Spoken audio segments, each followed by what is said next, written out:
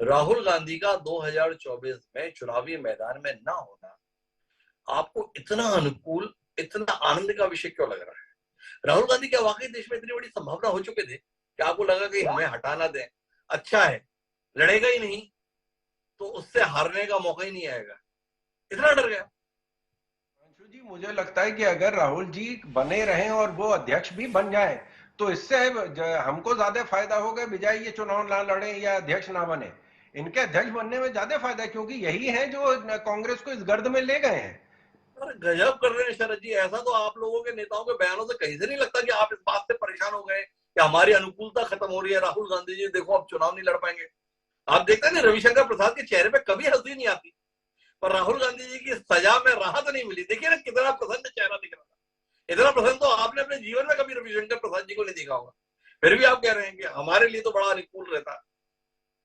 क्या कहेंगे आप? अभी अभी तक हिमांशु जी, जो कांग्रेस जहां पहुंची है उसमें इनका बहुत बड़ा योगदान रहा है। जिस तरह के इन्होंने बयान दिया है, जिस तरह के इनकी बहन, कभी ये हिंदू बन जाते हैं, कभी अपना गोत्र बताने लगते हैं। इनको अभी यही नहीं समझ में आ रहा है कि कौन सी तरीका, कौन सा हथकंडा अपनाए सत्ता में आने के लिए। तो जब जब ये बोलते हैं तब तक इनका मजाक बनता है। तो ये तब तक सत्ता इनका में मजाक बनता है। तो शरद जी तो ये बोल रहे हैं उनके ना होने से हमें नुकसान होगा।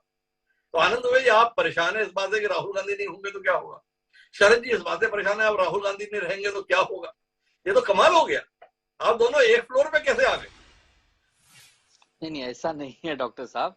राजनीति में हम लोग विचारधाराओं की लड़ाई लड़ते हैं, हमारे मतभेद होते हैं, मनभेद नहीं होना चाहिए। और मैं तो धन्यवाद दूंगा नितिन गडकरी साहब जैसे नेताओं को। उन्होंने कल हमारे महाराष्ट्र की वर्तमान राजनीति पे बहुत जबरदस्त बात कही। उन्होंने कहा कि मैं भी 18 वर्ष विधिमंडल का सदस्य रहा, बहुत सारी नोकझोंक होती थी, हमारी विलासराव देशमुख जी और लोगों से नहीं बातें हो पाती थी, लेकिन हम जैसे ही सेशन के बाहर आते थे मुस्कुराते हुए एक दूसरे के साथ चाय पीते थे। वो राजनीति पता नहीं कहाँ विलुप्त हो गई 9 सालों में, इतनी कड़वाहट आ गई है। हमारे महाराष्ट्र में देवेंद्र फडणवीस जी कहते हैं कि बड़ी कटुता आ गई है।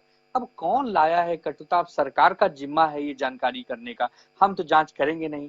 तो अभी बीजेपी वाले जांच करें कि इतनी कड़वाहट, इतना वैमनस्य कहां से आ गया है कि भैया एक दूसरे को, अरे ठीक है राहुल गांधी जी यदि सांसद रहेंगे, राहुल गांधी जी नेता है, आपसे बहस करेंगे, सरकार में रहे चाहे विपक्ष में रहे, आपका सामना करेंगे। लेकिन अब राहुल गांधी जी सदस्य ही न रहे, उसके लिए पूरी टीम बनाकर उनको घेरने के ये जो नए खेल का शुरुआत बीजेपी ने किया है, हम समझ नहीं पा रहे। इसलिए हम कहते हैं कि राहुल गांधी जी भी रहे, मोदी जी भी रहे, सब रहे अरे और आप देख ले। चाहते हैं जो है वो तो ठीक है। अब आप तो आखिरी सवाल है आपसे आनंद जी, राहुल गांधी का 2024 के चुनावी मैदान में प्रत्यक्ष तौर पर न रहना विपक्षी संभावनाओं को और हरा भरा करेगा या बंजर कर देगा?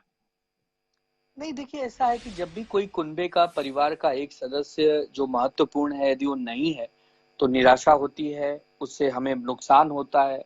लेकिन इसका ये मतलब नहीं कि हम घर बैठ जाएं, रोने लगे सब लोग कि नहीं यार अब तो राहुल गांधी जी नहीं, अब क्या किया जाए।